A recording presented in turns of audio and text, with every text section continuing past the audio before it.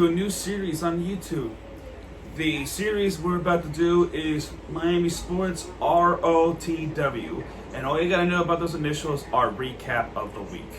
Now, I posted it on Twitter a month ago, and I said this is gonna happen this day, it's gonna happen this day, it's gonna happen that day. It has not until today. Today is Sunday, August 23rd, and today we're going to do episode 1 of Miami Sports Recap of the Week. So, and we got plenty to talk about. But right now, I'm in a little bit of a time clock, so I'm going to try to do this as fast as possible for episode 1. And in episode 2, I'm going to try to do it as long as I can. But today, this is going to be the experience of it. So, anyway, welcome to Mirror TV's new and very own show. Well, there is a Mirror TV show. I'm just trying to come up with a slogan in the meantime. Welcome to Miami Sports Recap of the Week. This is episode 1, and today we're going to talk about the playoffs, NBA playoffs. So, Miami Heat, and by the way, before I get started, for the last time, each week I'm going to have like a different shirt, and this is a Florida Launch shirt, which is like a professional kind of shirt. I might wear this weekly basis, but most likely not. So this is like a first impression kind of thing. Think that you can know what I mean. But each week I'm going to wear something different, depending on how good they are. But right now, this is probably the only time you'll see this.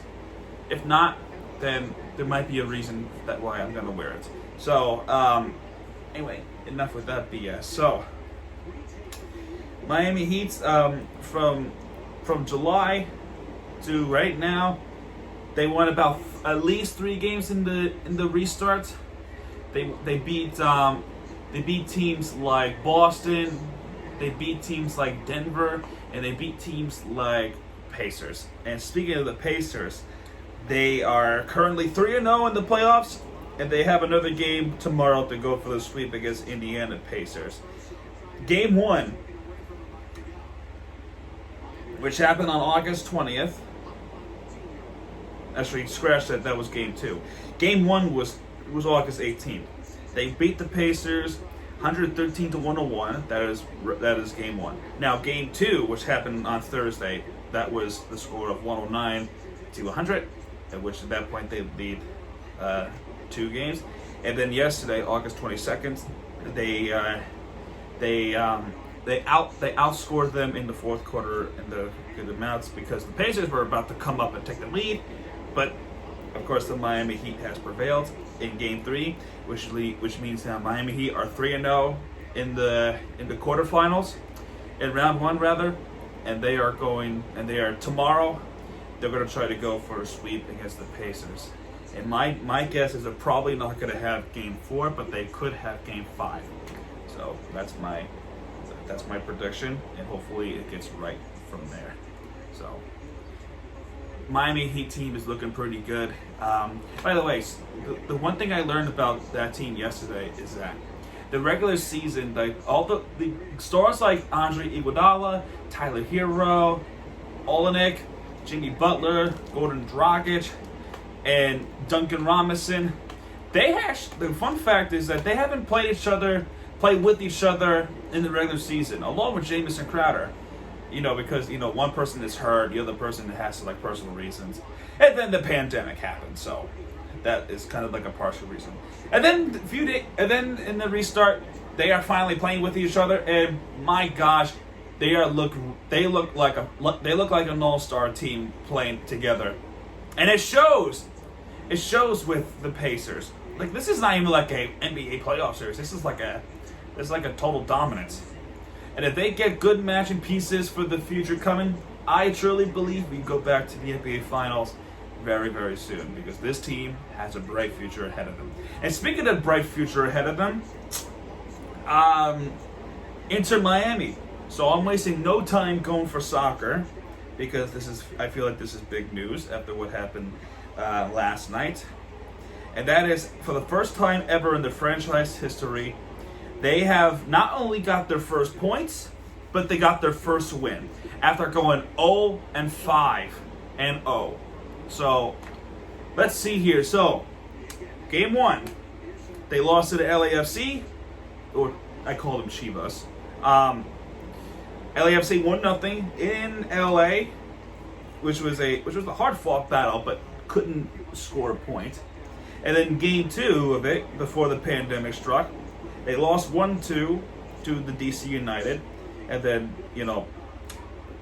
I think it was Rivas got a red card. I'm not sure. And then the pandemic struck, and then we had to wait 4 months, all that craziness bullshit. I'm not even going to talk about the pandemic. Now, fast forward to July 8th, probably one of the worst days in my entire life. I will not get into. If you want to check my rant video, you can check my rant video. I explained a little bit. Or I can make a personal video of it, and I'll talk to you more about it deeply. Now, July 8th, MLS is back tournament starts. Okay, sorry for a mini cut. I had to do that. Anyway, back to the topic. So now, MLS is back. July 8th, that's when the MLS is back tournament. Inter Miami was at Group A, and it kicks off the entire tournament, and in which Inter Miami scored first, but then Orlando City, which was the team that they lost to, scored a very late winner in the 96th minute. Yeah, I'm not kidding. 96th minute. If you're an MLS fan, and especially if you're an Inter Miami fan, that was frustrating, and it showed that, and then the emotion was running high. And especially because there was 10 minutes of stoppage time, because in that game there was a scary incident with Reyes, that he got clobbered in the throat by Don Dwyer, number 14 of the Orlando City, and he was being put under stretcher. Thankfully he's okay now. But that was just like that was the reason why there was a 10-minute stoppage time, and that 10-minute stoppage time did not work, because while it may have benefited Orlando, it did not benefit Inter Miami, and as a result, they lost in a heartbreak 2-1 in that game. So that was a tough loss that I might take a little bit to get over. Fast forward to July 14th, against the Union, in which they lost 2-1. Again, you notice there's 2-1 and then 0-1. Now, to be fair with you, Philadelphia scored first, and then Inter Miami equalized, and in the second half of that game, they conceded another goal, which they lost at a heartbeat, and then there was this instance where Union was called for a penalty, so we're about to get another opportunity to equalize. But then the crappy VAR happened, and then they ruled no penalty, in which not even a handball. So there was two options: you either give it a handball or a foul, in which referee did neither. So that was garbage call, and that ultimately lost us the game. And then on Monday, July 20th, against NYCFC. They have looked really weak against that team, and then we lost 1-0. So, okay, I'm sorry. People keep walking in and off. It was a little kid, and I want to somehow get fined. But anyway, fast forward to yesterday. First home opener of their season. Could have been all the way back in March, but the pandemic struck, and then it was a delay. So then after the MLS is back tournaments, Orlando City was one of the finalists, one of the teams that made it to the finals against the Portland Timbers, in which, by the way, they lost 2-1 against the Timbers. Actually, let me double check, because I don't want to be wrong on anything. Yeah, it was 2-1 against the Timbers. So Timbers win something again. Anyway, first home game in Fort Lauderdale, not in Miami, but in Fort Lauderdale. So then they scored first. Actually, there's this one kid. I gotta see their name. It starts with a J. I know that. It was.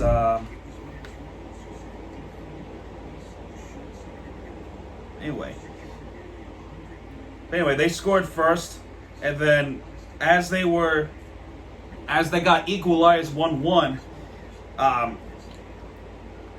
they struck right back, and it was Julian Carranza.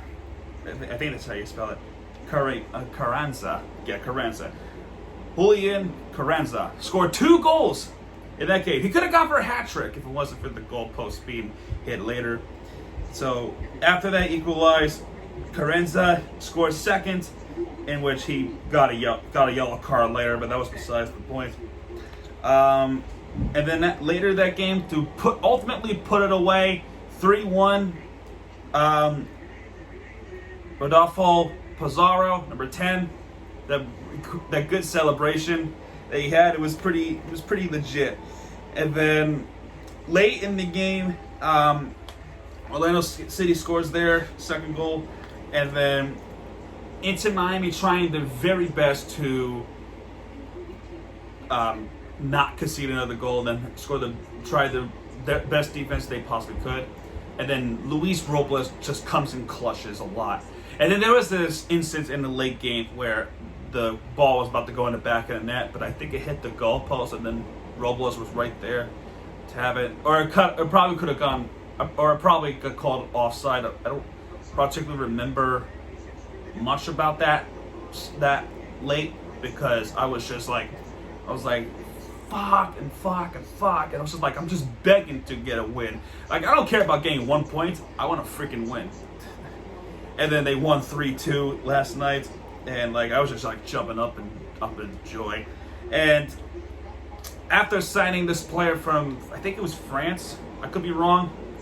There's a lot more soccer fans than I am who know the story, but yeah, that helped a lot. And their future is looking brighter than ever. So anyway, let's move on to baseball really quickly. For this week, we're going to talk about this week, just how disastrous this week has gone after a one game win last week against the Braves, 8-2, and then they lost that series against the Braves, in which you would think this would be an easy series against the Mets. No, it did not happen, and everything just went completely down the drain. And we've been exposed big time by the Mets of all teams, that series pissed me off. And then as a result, while we're trying to get that win on Thursday, COVID happened against the Mets. And you know what? Fuck them. That's karma. So the Mets got karma. And I don't wish anything bad with COVID and everything, but they you know what though? Screw it. And they probably got karma. So anyway, after that, it was the game now we have a 5-game series against the Nationals, because don't forget, Marlins got hit first with this COVID thing early in the season, and they actually won 3-2 against the Nationals in Game 1 on Friday. Doubleheader yesterday, they lost 4-5, which was a close game. They were coming back in the 5th inning, but they just fell short, and Nationals bullpen came in clutch. So that's a good win for Nationals. And in Game 2, the Marlins won 5-3. That was also a pretty good win against the defending champions. And then earlier today, they just got pummeled 9-3 against the Nationals. And then tomorrow, we got one more game against the Nationals, and then coming up series later on. And that will do it for the Marlins. Marlins are currently 11-11. They still have a playoff chance. And right now, they are currently 2.5 games behind the Braves, if I'm not mistaken. Yeah, they are currently 2.5 games behind the Braves on this time of the recording. So, and yeah, while I'm here, I'll also talk about Miami FC and Inter Miami 2, aka Inter Fort Lauderdale CF, if anything. I might not talk about much of Inter Fort Lauderdale CF, but I'll definitely talk about Miami FC, what I'm gonna talk about is that they're having a slow start.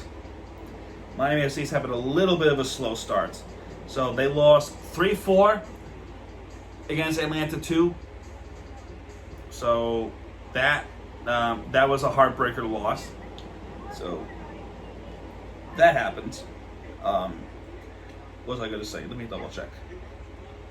So that was at July 29th. They lost 3-4. And and after the incident where Atlanta player actually got sent off.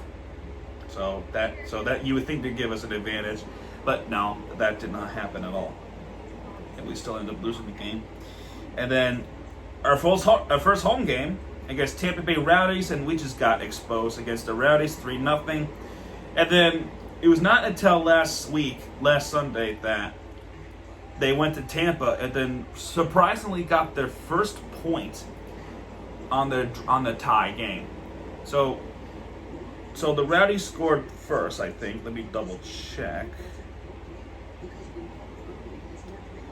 And actually, no, excuse me. It was actually Miami scoring first. It was Lucky Kosana. Lucky Kosana scored first point, and then eventually later on, their player and the Rowdies scored the equalizer on the 59th minute. So, and that would put their first point. And then Miami FC versus Atlanta 2 in Miami. Let's just say we had a very bad start. Already 2-0, but what I give credit for Miami FC is that they did not give up, and they showed perseverance and courage, and they scored 2-1 a minute after they scored their second goal, and then 46th minute in the stoppage time they scored an equalizer, and then that was pretty much it. So that was a 2-2 draw. So we have 2 points. And then tonight, 7:00 p.m. on SummerSlam, we have playing against Charlotte, which was the game that was postponed last July, and for COVID reasons. But ultimately, we are playing against Charlotte tonight, and hopefully, we just get our first win of the season. But anyway, that's gonna do it for Miami Sports Recap of the week. No Miami Dolphins because, well, football season hasn't started yet. It will be eventually next month. I'm so excited. Let me know if you're excited for this. Let me know in the comments below. Florida Panthers got eliminated by the Islanders, so they didn't get swept. It was so their future is also looking bright. So if your team is in the hockey, if your team is like in the playoffs, let me know. Proud of you. Hopefully you advance. Exception of the Islanders. And yeah, that's going to do it for Miami Sports Recap of the week. If you like this video, please hit that subscribe button. And if you guys want more of these, let me know in the comments below. This is Mirror TV, signing out. Good night, everybody. And I promise you, ground hop and normal life is coming back to normal very, very, very soon. All right, good night, folks.